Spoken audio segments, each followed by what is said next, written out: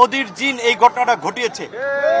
তাই আমরা পুলিশ প্রধান এবং সেনা প্রধানকে পরিষ্কারভাবে বলতে চাই, আপনারা যদি এই ঘটনায় নির্দেশনা দিয়ে না থাকেন, আপনাদের অধীনস্থ সেনাবাহিনী পুলিশের ঊর্ধ্বতন কর্তৃপক্ষ যদি এই বর্বরচিত হামলা, যেটা হত্যার উদ্দেশ্যে পরিচালিত হয়েছে, এই হামলা নির্দেশনা দিয়ে না থাকে, তাহলে কারা দিয়েছে, কোথা থেকে এই ঘটনার নির্দেশনা এসেছে, সেই ঘটনার একটা নিরপেক্ষ তদন্ত করে জড়িতদেরকে বিচারের মুখোমুখি করবেন, এটা আমাদের প্রত্যাশা। কিন্তু আমরা দেখতে পেয়েছি, আমরা যে নতুন বাংলাদেশের কথা বলি, কার্যত 1 বছরে বাংলাদেশের কৃষ্টি, কালচার, রাষ্ট্রীয় ব্যবস্থার কিছু পরিবর্তন হয় নাই, শুধুমাত্র ভাগবাটোয়ারার ব্যক্তিদের পরিবর্তন হয়েছে। এই যে এই ঘটনার মতো এই মুহূর্তে একটা আলোচিত এবং সেন্সিটিভ ঘটনা, একটা দলের প্রধানকে কার্যালয়ের সামনে এইভাবে আঘাত করা হয়েছে। আমারটা আপনারা মিডিয়াতে গুরুত্ব দিয়ে ফলো করে প্রচার করেছেন। আমি দেশ থেকে সিঙ্গাপুরেও গিয়েছি, কিন্তু আমাদের ছাত্র যুব অনেক নেতারা গুরুতর আহত হয়েছে। আমার নাকের দিকে তাকাল দেখবেন, আমার ডান নাক, এই নাকের কিন্তু ডান সাইড দিয়ে বাঁকা, কারণ এই ফ্র্যাকচারের কারণে, প্লাস এখানে ডেভিয়েশন আছে। এই মেজর অপারেশনটা এবং সামগ্রিক মূল্যায়নের জন্য আমরা সিঙ্গাপুরে গিয়েছিলাম।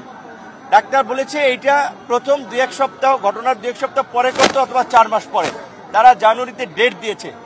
এইভাবে টার্গেট করে আঘাত করা হয়েছে। প্রকৃতার্থে এটা আমাকে বলতে হবে, শেখ হাসিনার আমরা ফেসিবাদের সময় বলি, এই ফেসিবাদের সময়ও শেখ হাসিনার গদিকে চ্যালেঞ্জ করে আন্দোলন করেছিলাম আমরা। আমাদের উপরে আইন শৃঙ্খলা বাহিনীর এই রকমের বর্বরচিত হামলা হয় নাই।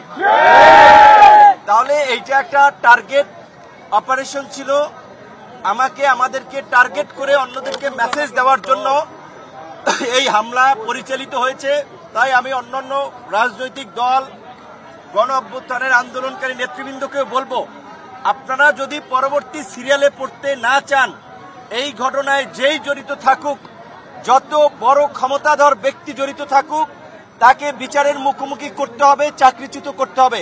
কিন্তু দুঃখজনক, আমরা দেখতে পাচ্ছি ওই গতানুগতিক তদন্ত কমিটি গঠিত হয়েছে, মিটিং চলছে, প্রতিবেদন আলোর মুখ দেখে না। এই যে প্রায় 35 দিন হয়ে গেছে, একটা বিচার বিভাগীয় তদন্ত কমিশন করেছে, তাও তাদের কর্মকাণ্ড কিন্তু আমরা গাফিলতি দেখতে পাচ্ছি। আমরা বর্তমান প্রধান উপদেষ্টা থেকে শুরু করে উপদেষ্টা, অন্যান্য আইন শৃঙ্খলা বাহিনীর ঊর্ধ্বতন কর্তৃপক্ষকে স্মরণ করিয়ে দিতে চাই, একটি বিতর্কিত নির্বাচন করায় সাবেক নির্বাচন কমিশনার নুরুল হুদার গলায় কিন্তু জুতার মালা পরানো হয়েছে। সাবেক প্রধান বিচারপতি বাইতুল মোকাররম ইমাম পালিয়ে গেছে দেশ থেকে। সুতরাং এই 29 আগস্টের ঘটনার বিচার না হলে অনেকেই, আমরা যদি বেঁচে থাকি, রাস্তায় অপমানিত হবেন, অপদস্থ হবেন, এবং ভবিষ্যতে তাদের গলায় গামছা আমরা পরাবো।